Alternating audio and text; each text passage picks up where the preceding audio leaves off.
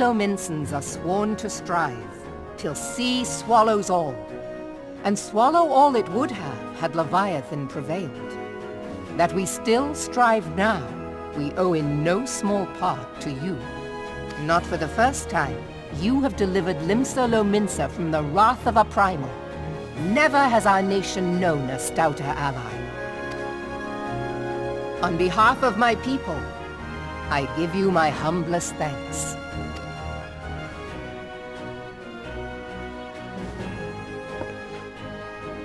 'Tis meet that I give thanks to old Mistbeard, too, for his fine solution.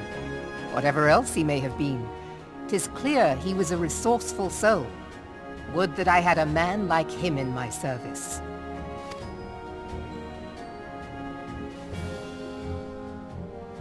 Before I set foot in these lands, I had no inkling that the people of Eorzea contended with such mighty foes. Suffice it to say, their existence came as something of a shock, as did the idea that they could be defeated.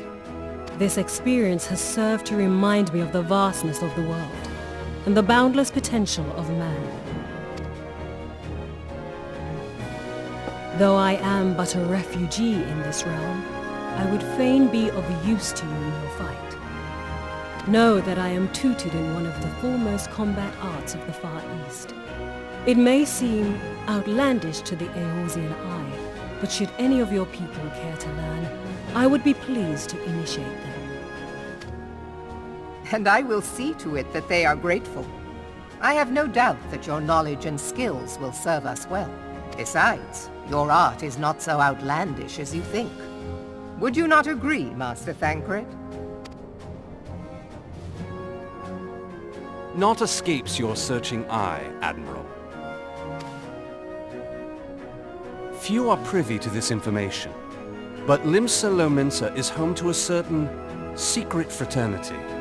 Its members are trained in a form of combat not unlike your own. By my judgment, it should not be beyond such individuals to adapt to the techniques I witnessed you employing with such admirable deftness. I am heartened to hear this. I too noted a kinship between your style and mine own, though it seemed to me that you fought differently in the beginning. I suppose I did. What can I say? I'm a man of many talents. Though you may labor to believe it, Thancred was once something of a scoundrel who fraternized with the criminal class in these parts. Yestola! You jest, of course.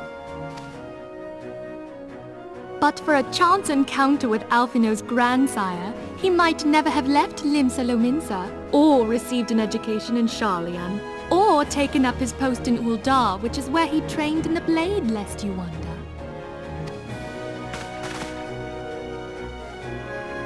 Minfilia, please! It would seem there is more to you than meets the eye, Master Thancred.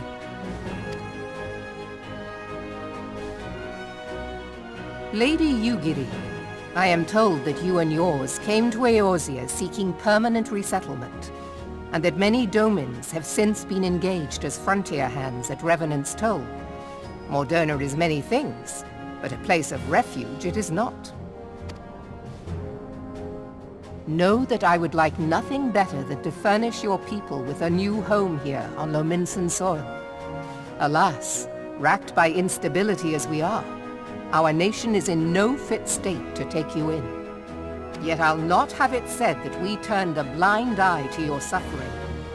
Until such time as we can do more, I pledge to send provisions.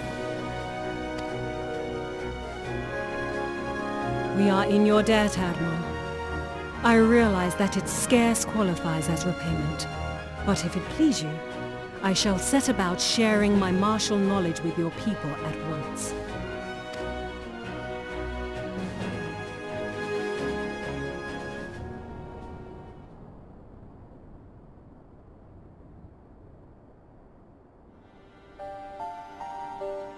You wished a word in private.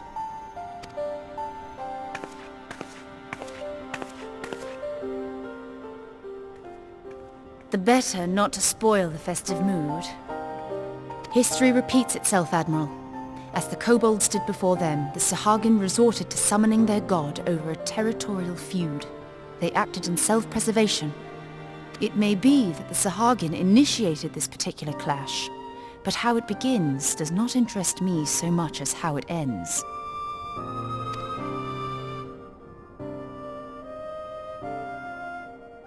I have not forgotten our conversation, Y'shtola.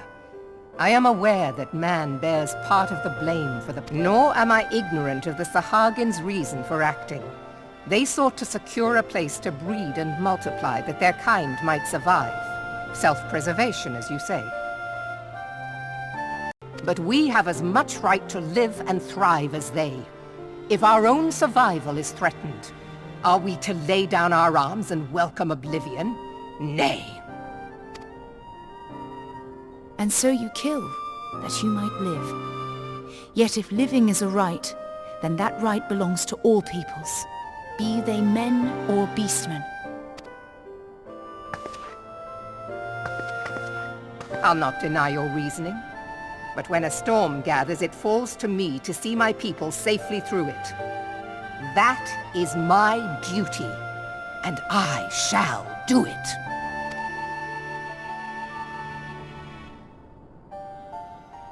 As must we all, Admiral.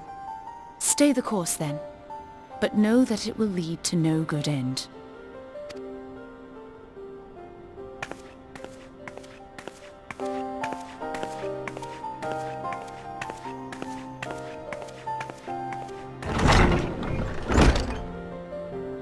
Man has ever put himself first and foremost.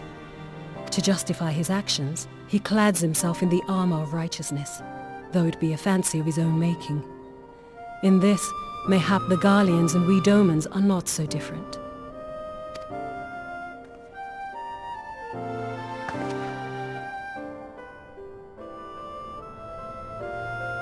Eorzea has become as a raging sea.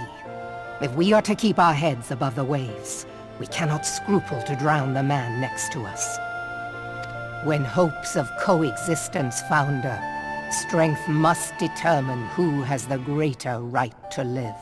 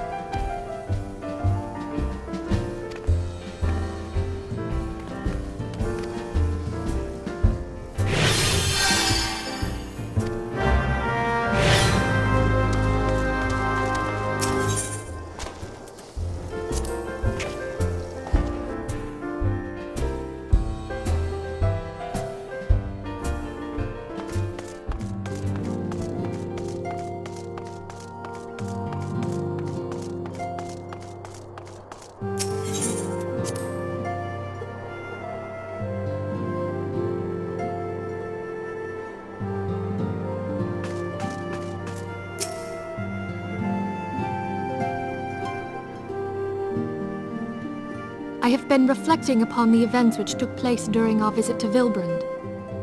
If you have a moment, I would share my conclusions with you. Please, bear with me.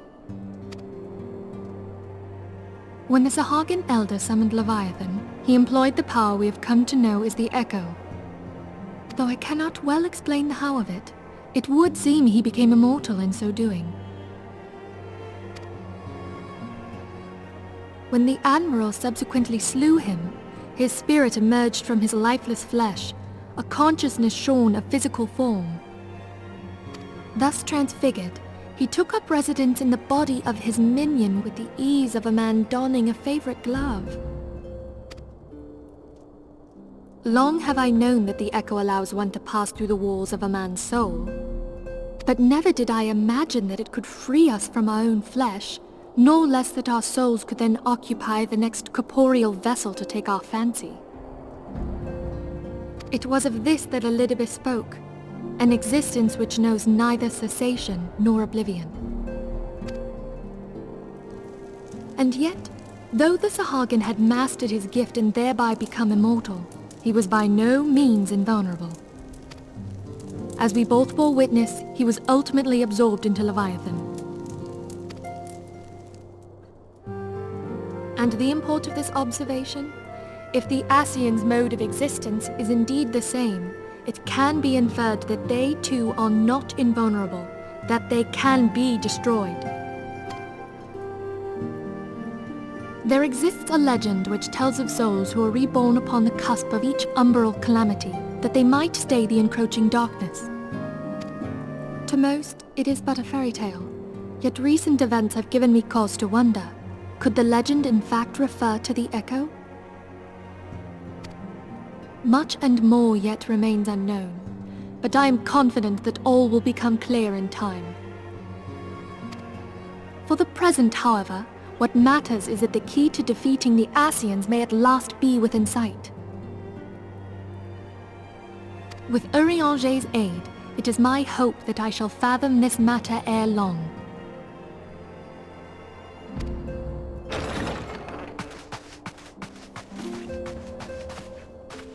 Oh, I was just about to send for you, my friend.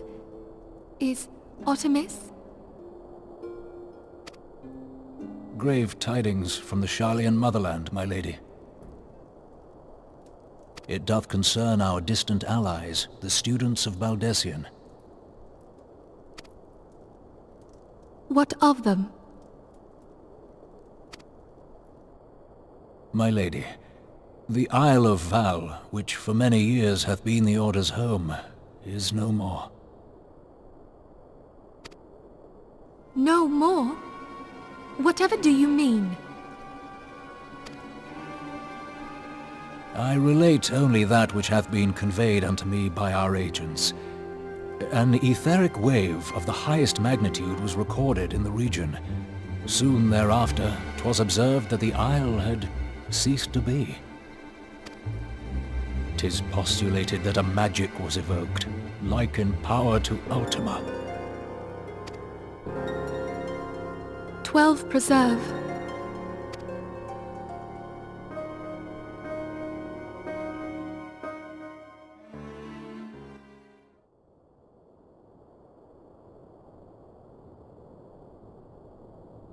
If there are no other matters, I move that today's meeting be adjourned.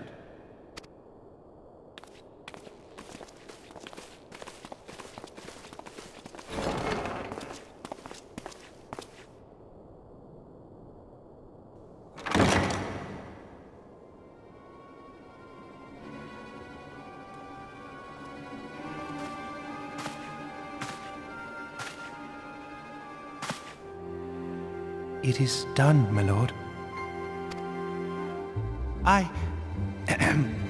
Forgive my impertinence, my lord, but these orders, I am uncertain as to what end they serve.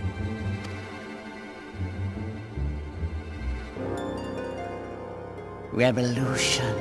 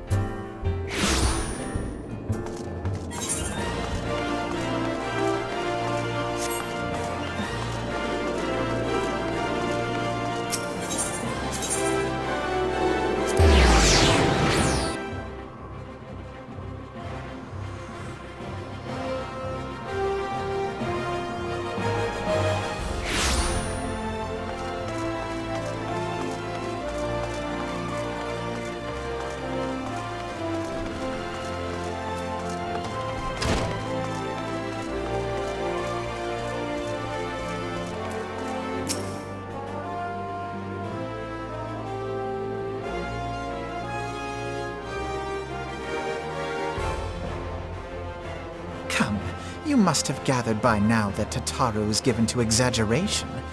As you can see, I am quite well. Ul'dah, on the other hand, is not. This riot was anything but an isolated incident. There is a restlessness in the air, Tensions long simmering are at last threatening to boil over.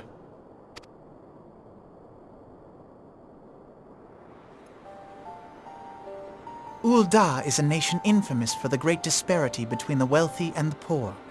The majority of the populace accepts this state of affairs because they believe that every man bears responsibility for his own lot in life.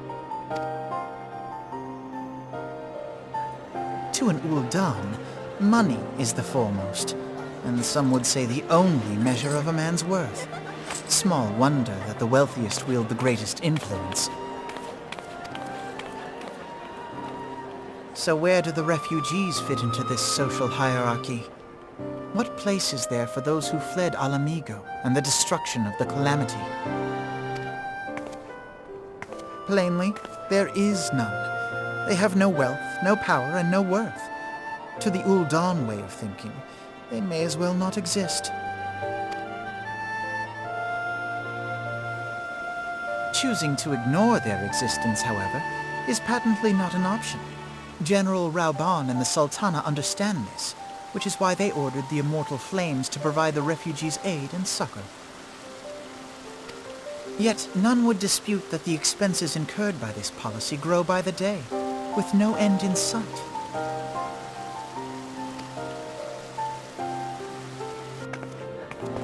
This has prompted more and more Ul'dans to question their obligation to aid these worthless wanderers,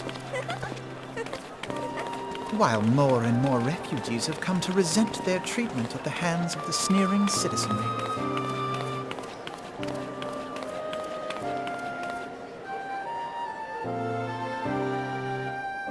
The manner of Lord Lolorito's refusal to grant the Dolmens asylum bespoke a disdain for all refugees, an attitude shared by the rest of the monetarists, and you may be sure they make no effort to conceal their opinions. It was only a matter of time before the refugees united in protest, nor is it any surprise that some among them would ultimately resort to violence.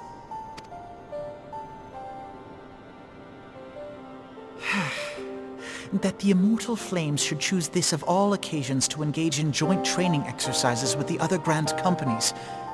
By the time they return, the situation may well have deteriorated beyond mending.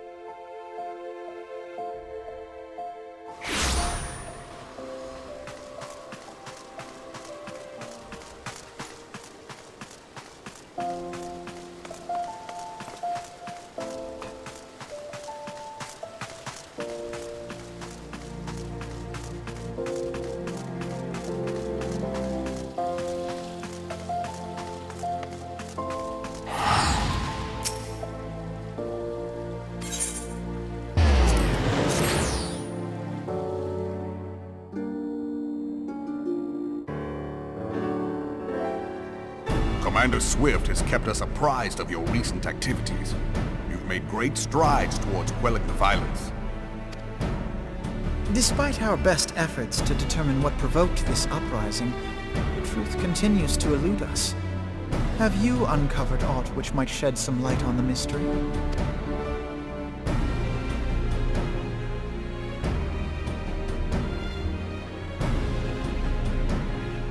This information does not leave this room. The Syndicate's decision to reject the Doman refugees' appeal for asylum had lasting repercussions. A number of those displaced by the Calamity claimed it was proof of a policy of discrimination. Together with a group of Alamegan refugees, they organized a series of demonstrations to protest against the Sultanate. Demonstrations which became heated, but did not descend into violence. Until a certain incident served as a call to arms. A unit of brass blades sent to supervise a demonstration loosed arrows upon unarmed protesters. It was this atrocity which prompted the refugees to take up arms. I need not tell you what followed. We assumed at first that the attack was born of a miscommunication. When emotions run high, they happen. But suspicions were raised regarding the unit's commanding officer, whom I ordered interrogated. Sure enough, our fears were soon confirmed. The dog confessed that a merchant had offered him coin to give the order. A merchant in the employ of Teleji Adeleji. Teleji Adeleji? But he spoke in favor of the Doman's cause, and has ever seemed sympathetic towards the refugees' plight. Why would he do such a thing? Know you of the Cartano Reclamation Bill? It is a proposal to annex the Cartano Flats so that refugees may establish permanent settlements. When last I looked, that was disputed territory.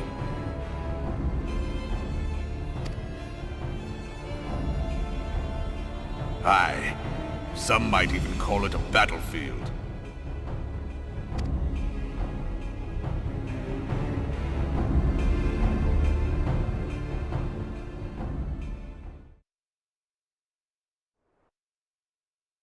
The destruction wrought by Bahamut was greatest at the Cartano Flats.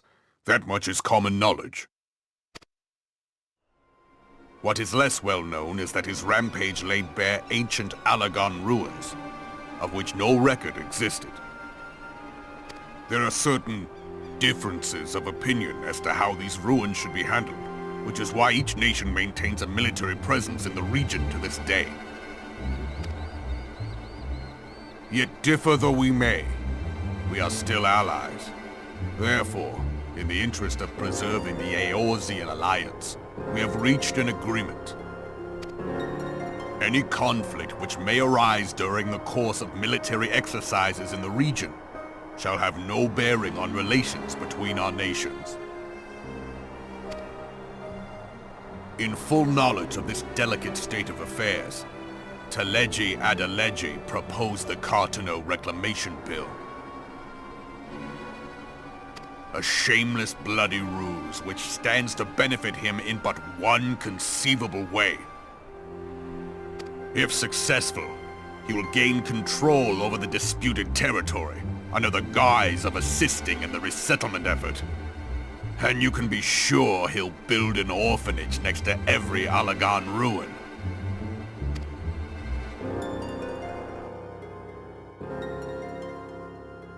Would threaten the unity of the Eorzean alliance and risk countless lives for personal gain. He walks a path all his own, independent of any faction and beholden to none of his fellows on the Syndicate. By inciting the less fortunate to violence, he hopes to convince others that the Cartano Reclamation Bill is the only viable solution. His sympathy for the plight of the Domans was not but posturing to gain credibility with the refugees. Of that there can be no doubt.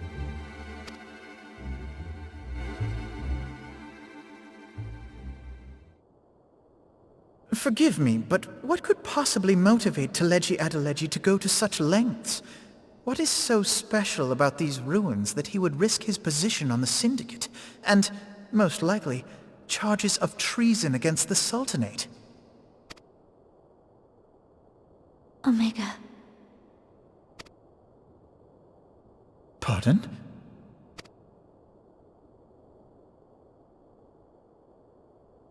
An Allagan monstrosity, not unlike the Ultima weapon. Mayhap larger, we know not.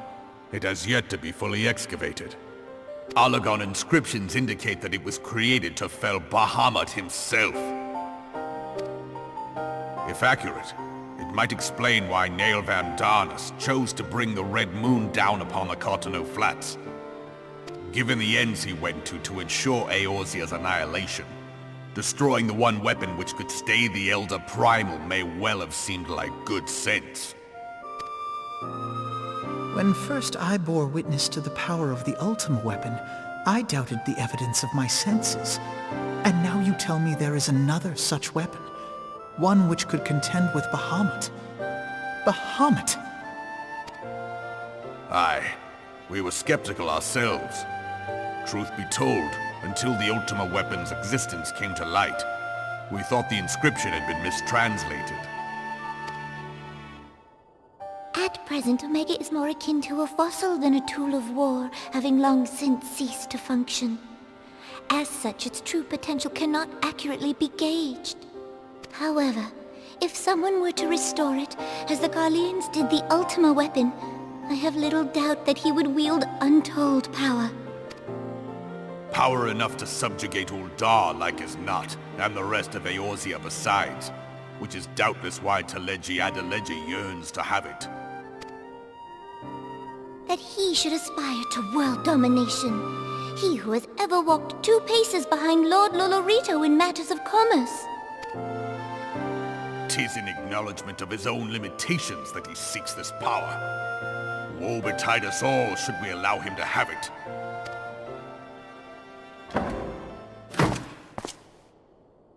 Pray waste no time chasing rats. Only a fool would believe that secrets can be kept in Ul'dah. It would seem the implications of the Sultanate's refugee problem are rather more far-reaching than we assumed.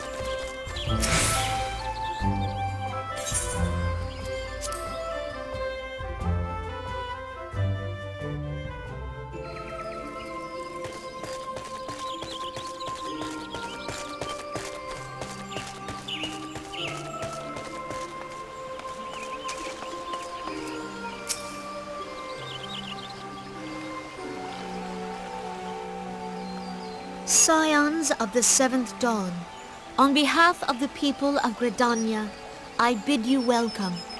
Your presence is of great comfort to us all in these days of uncertainty. I summoned you here to share tidings of a most urgent nature. But a short while ago, the great elemental spoke, and his voice was clarion in its intensity. Ramuh is returned unto the forest.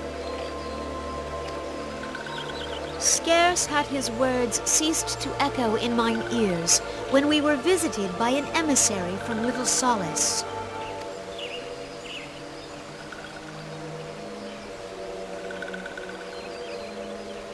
Our guest informs us that the sylphs too have sensed the presence of the Lord of Levin.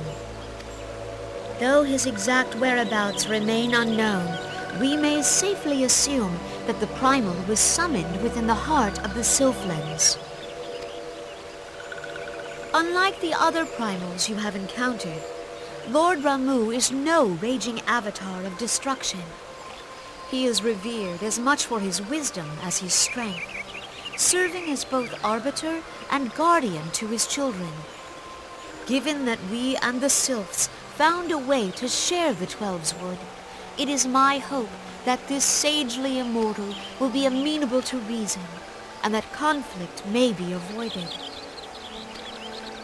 Blessed as you are with the power of the Echo, you are one of the few among us who may commune with a primal without fear of influence.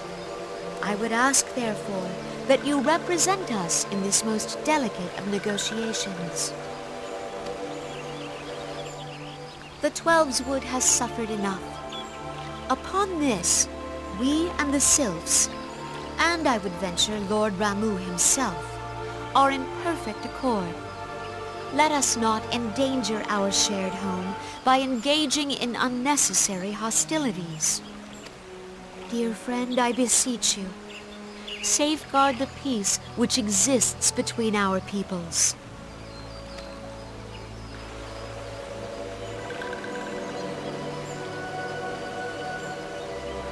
You have my thanks.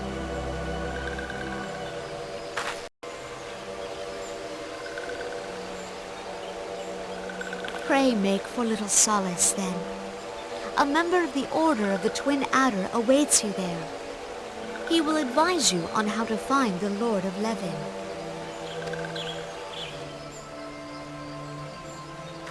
An ill wind blows through the forest. Yet, it is not only the Twelves Wood that flinches at its coming. All the lands of Eorzea shiver in dread anticipation. Have care.